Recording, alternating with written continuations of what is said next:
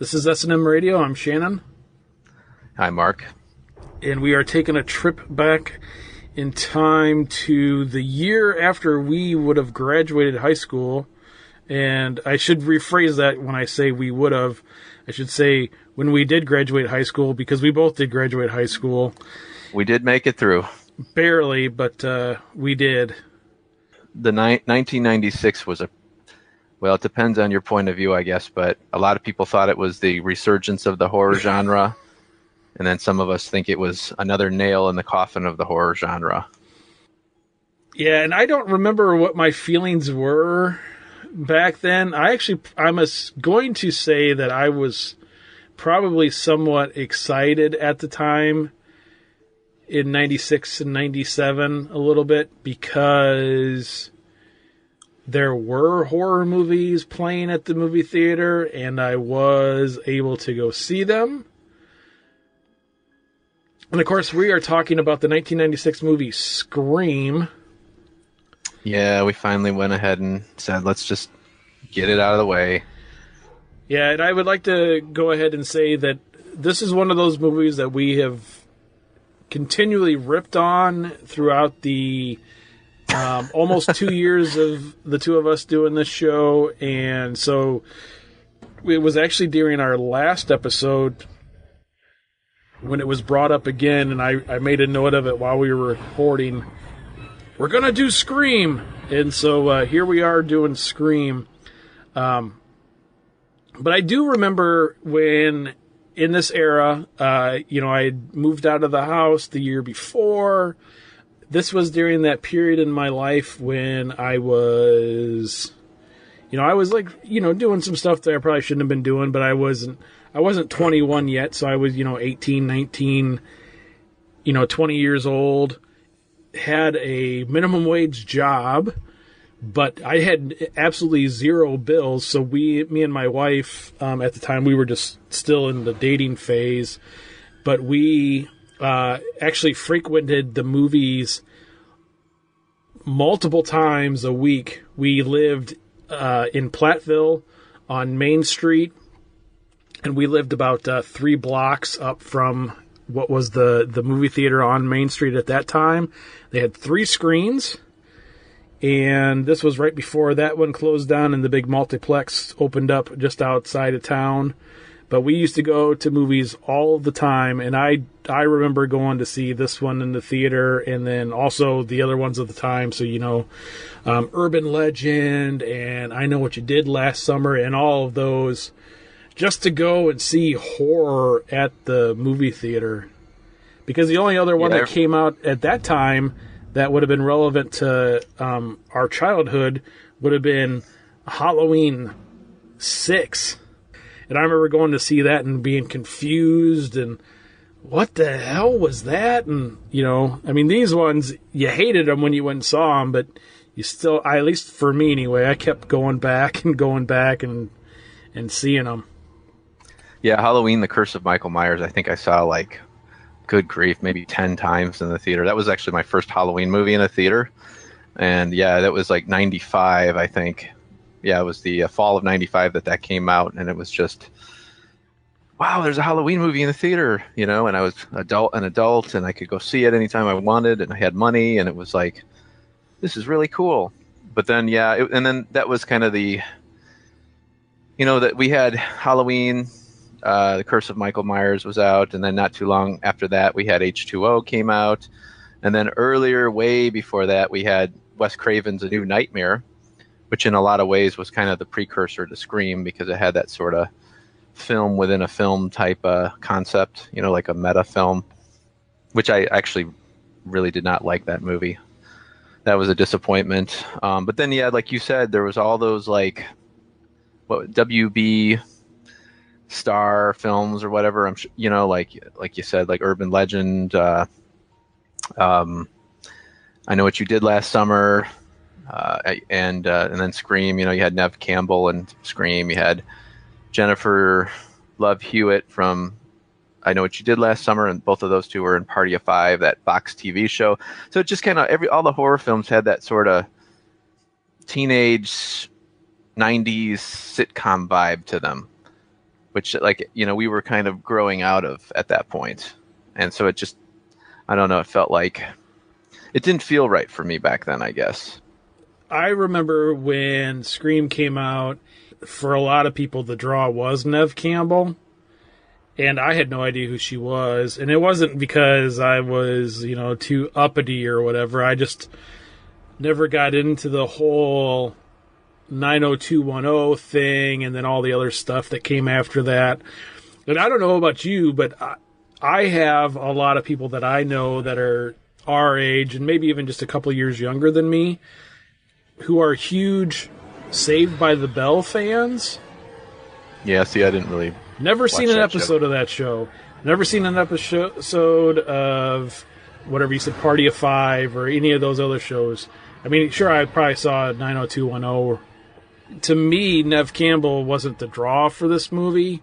It would have been more for me at that time probably going to see Courtney Cox, who was part of Friends, or maybe even a little bit, even a bigger of the draw would have been Drew Barrymore at the time. Yeah, that's when you say Courtney Cox. Yeah, that goes back to that whole TV show feel, 90s TV show feel right. of these films. And even like watching it again last night, it has this like a real glossy kind of feel to it. And it just didn't even like when you watch the film, like the shots don't really seem like a horror movie.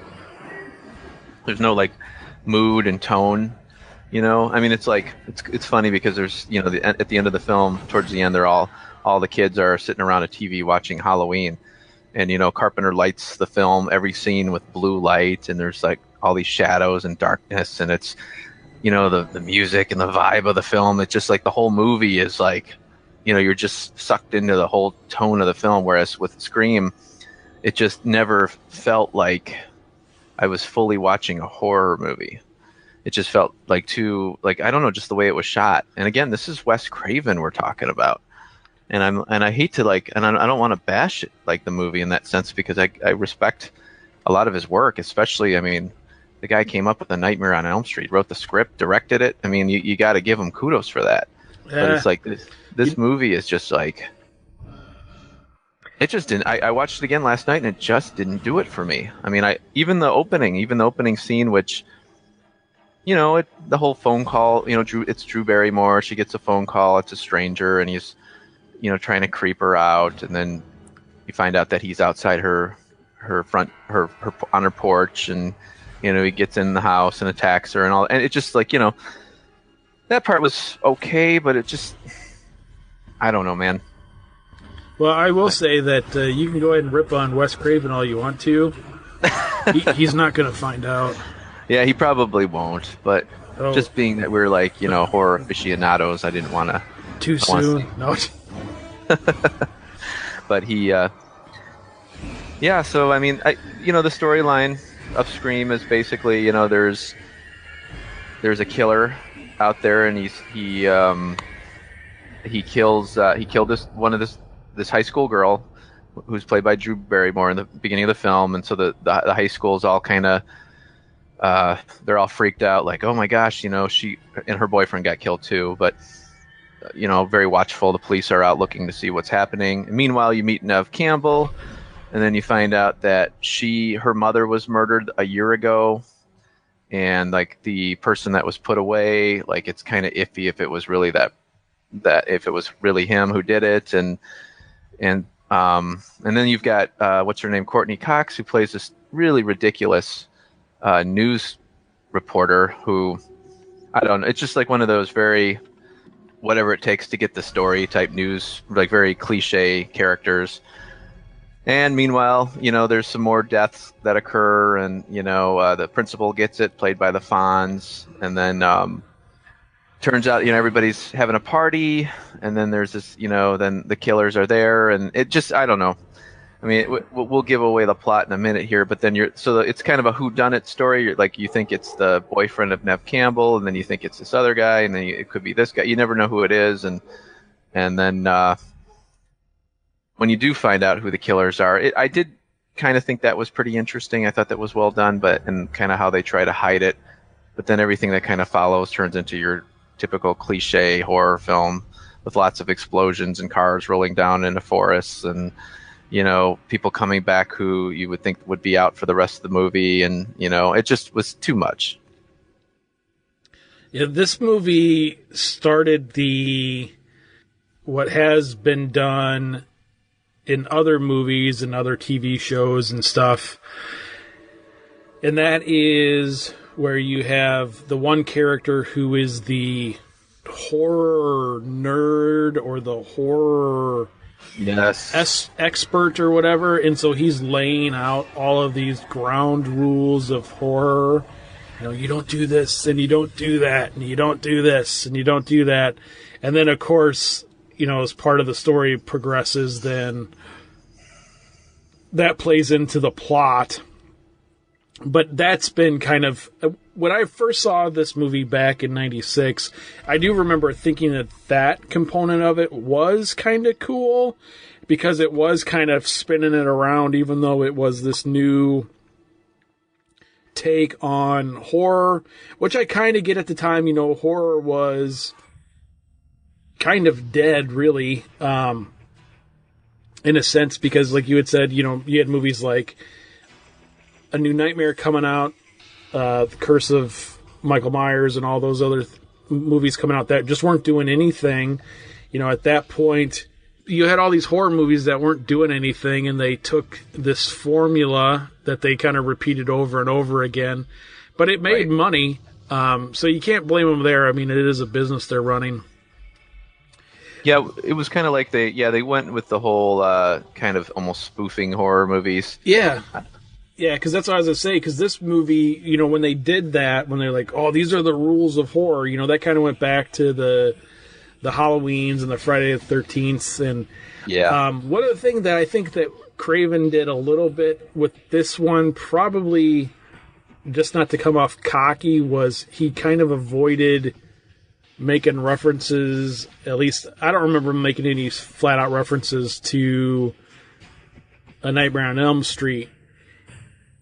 But yeah, I mean, this whole boom in the 90s, I mean, for somebody who is a horror fan of what we always call the heyday of horror, you know, 70s horror, 80s horror, you know, it really got to be kind of blah in a sense. But it probably, you know, realistically, the way that we felt about these movies in the mid to late 90s is probably the way some people that were Hitchcock fans or Universal movie fans probably felt in the 70s and 80s when Halloween came out and then everybody and their brother was copying that movie, and then you had a sequel coming out every year.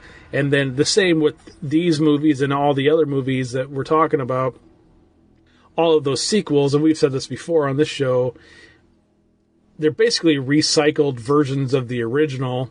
You know, they might change up a little bit here and there. But right. You know, thinking about the 90s again, and being that Scream was really kind of the resurgence of horror, like we said, the 90s did have a few moments in there, but like the horror movies were real smart at that point in the 90s. Some of the better ones, at least in my opinion, were like Silence of the Lambs, which I think was, you know, one of the best horror thrillers ever made. But again, it kind of leans probably a little more towards thriller than horror. With The Sixth Sense, that was a kind of a groundbreaking film of the 90s. Seven, which was, again, I don't know if I'd even consider that horror, definitely horror elements. But it seemed like the 90s kind of took pieces of horror, like for example, Silence of the Lambs, you know, with the cannibalism and the gore and all of that, and then kind of added a real intense story to kind of carry the film, and a little bit more complicated than your typical slasher film. Whereas Scream kind of brought horror back to more of that basic, you know, this is what you expect, but then with the whole meta concept, with the whole, you know, taking the idea of, well, we're going to use all the cliches of the horror film and make a movie about that, you know, because everybody knows what's going to happen and how it all works out. And, you know, it's kind of funny because I think that like, you know, when you go back and watch like the original Halloween now, if you've been up and been watching horror movies for a while, and then you went and saw that for the first time, like say you're a young kid or teenager or something, you would be like, wow, I knew everything that was going to happen because Halloween was like the beginning, this like set the standard for all of that. Like it's been done so much at this point that it kind of did burn itself out. But you even do see it, like it's kind of funny because when we like even like Friday the 13th, the remake that came out in the 2000s, it kind of had that feel that they were even sort of playing on the fact that the audience knew what to expect to some degree. Like in the beginning of the film, there's like they're looking for pot, and then there's like the overindulgent sex scene, and everything is just so like, okay, we're going to give you that, we're going to give you that. Whereas back in our day, it was sort of all that was sort of more of a natural thing. You know what I mean? Like it wasn't like, let's kind of give it to you because you expect that. Does that make sense? Oh yeah. Yep. Exactly. And that's actually the one thing I don't like about horror now, is that it kind of plays to that mindset, like, oh, we're going to sort of dumb it down for you and give you like, again, going back to Friday the 13th, they had like a black character in the film. And then the whole time he's in it, they're always making references to the fact that he's the token black guy. It's like, okay, why do you, I mean, like back in the 70s and 80s, you would never do that. You wouldn't like bring that up so much. It would just flow. Now it's like, oh, we got to let haha, this is, he's here because he's, whatever. And it's like, it just seems so like, inauthentic, and it kind of takes away from the fear when they do that, and that's why I don't like that. Yeah, and I would say that a lot of the stuff that we're talking about with that and the 90s horror and stuff really goes in line with mainstream horror, because a lot of those stereotypes and those cookie cutter plot points, I think you still see in movies nowadays. And there's still movies out there, like one of the movies we talked about a couple of episodes ago, well, it's probably more than a couple episodes ago, but the Final Girls movie, that was a horror comedy, and that was kind of doing the same kind of thing, but it was doing it like in a funny type of way. Right. But you have some of these other movies that aren't necessarily mainstream horror movies that don't follow that. And then a lot of times they actually it's funny when you watch some of these and then you hear what people have to say about them. And the one that I'll use as an example is one that's relatively new, and that's Rob Zombie's latest movie, 31. Mm-hmm. Just came out, a week ago or 2 weeks ago. It doesn't really have those preformed components of the horror movie in it. I mean, that one's just a straight up kind of gore fest. And there's a lot of people that were bitching about it because, like, oh, well, this wasn't in there, or this didn't happen, or that didn't happen. So, I mean, it's kind of funny because people have this preconceived conception that, well, if this doesn't happen, then it's not a horror movie, or right. If this happens, then, that's this, or this is that, or if that makes sense. But, the thing with Scream, it came out in the mid-90s, and, it took that real sleek, what'd you call it, WB kind of feel to it. And it never died off. We were talking about this before we started recording. There's still plenty of horror movies that come out that are this way. And again, it's because exactly what I was saying before. They throw these movies together for however many millions of dollars. I mean, in these cases, in the mid-90s, they were probably paying more in salary to the actors and actresses that were in the movie than the rest of the movie cost. But anymore, you get these no-name people in there, but you can still have that same feel to the movie, and it's real stylized and real sleek and stuff. Throw it out there at the box office, and it makes $150 million in 2 or 3 weeks period of time, and you're good to go. Which is kind of sad, but at the same time, though, you know, you don't want to tear it apart too much because you have younger people that are getting introduced to horror by stuff like this. But it's kind of funny. This is one of those things with Scream, and I know we've talked about this before when we talk about the movies of our childhood, Halloween and Friday the 13th and Nightmare on Elm Street, how those don't hold up to like the younger generation that's out there now. I have a high school daughter who thinks those old movies are boring. Well, it turns out she thinks like Scream and stuff is boring too. So, oh, does she? Yeah. So I mean, you know, but well, you know, it's they're watching stuff like we had said before last episode or a couple episodes ago. You know, they're watching stuff like The Purge and all this other new crap that comes out now. There was one last year or year before, Unfriend Me or Unfriended or something. Oh, yeah, right. You know, I mean, they're watching stuff like that, but at the same time, you know, they bring that up and I'm like, oh, that sounds horrible. You know, and I'm sure to them I sound like some grumpy old man, like, oh, come back and watch my Frankenstein movie, you whippersnappers. Right. Well, I think I think you're right though, because like you look at the movies nowadays and they're so glammed up. You know, it's like it's so like polished, and like all the trailers we saw today, you know, and at the new movie we saw, and it's like everything was so really trying to pull in the young teenage crowd into all those films.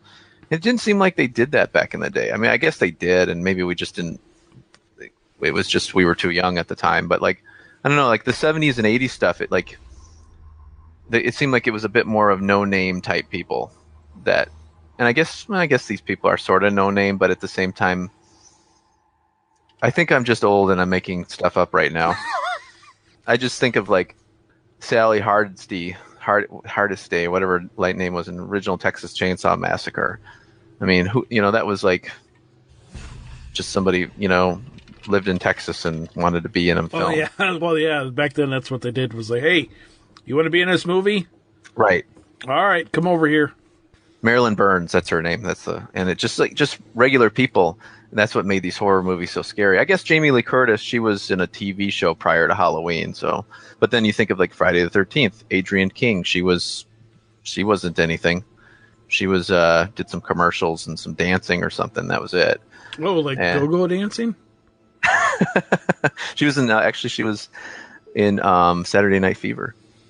Oh, interesting. But I mean, in a extra type role. And then Amy Steele, Friday the 13th Part 2. She maybe did a tiny bit of TV at the time, tiny bit, but nobody knew who she was. And I don't know. It seemed like the actors and actresses back in the day were a bit more authentic and real, normal people, I guess. But what do I know? Yeah, I don't know what you know.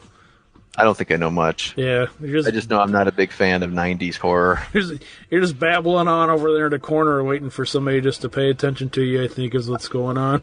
That is exactly what is happening. I was afraid that this is exactly what was going to happen during this episode was... We were going to bash the film. I don't even know if we've even really talked about the film. I think we kind of said what it was about, and then we went off on this big, long 20-minute rant about 90s horror. That could be. We had to give some props to 90s horror, but...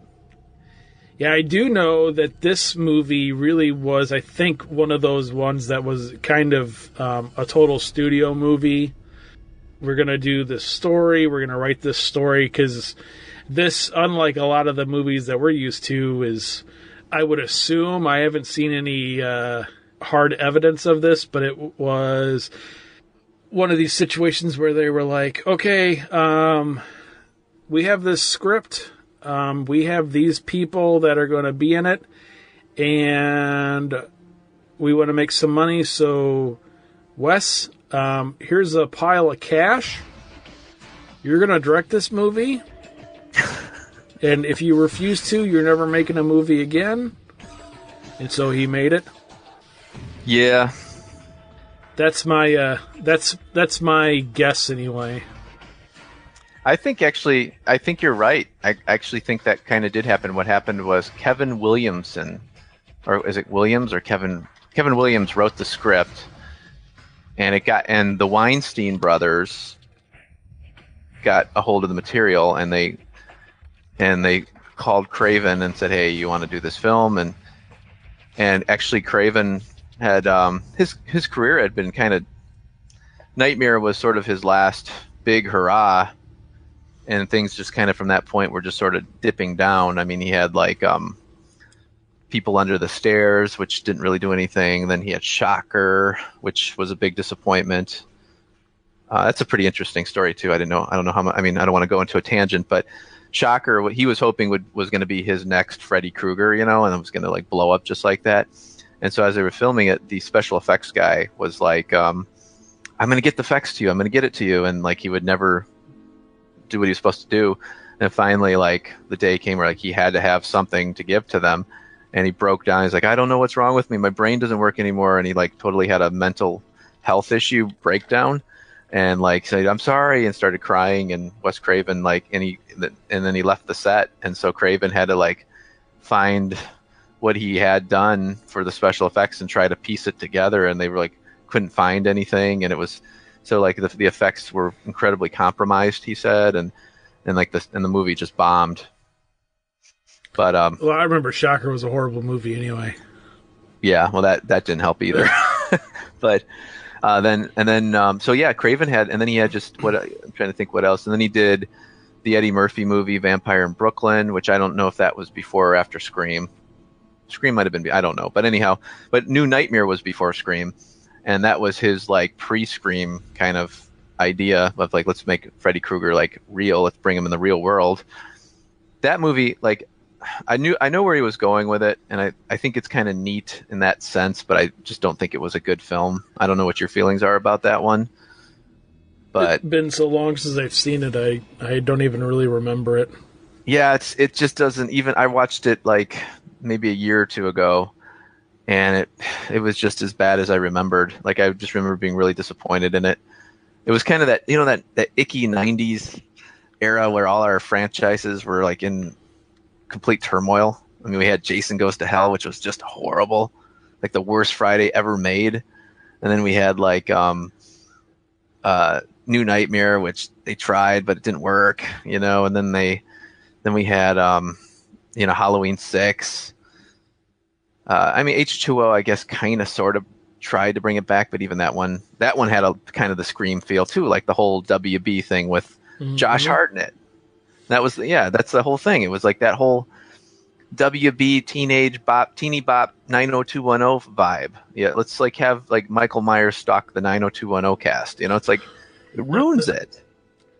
It like takes away the horror. It's like kind of like putting it like that's the problem. That is there it is right there. That's the two problems that what happened with horror in the 90s. What made it so bad was you either had the 90210 cast show up or you had a rapper.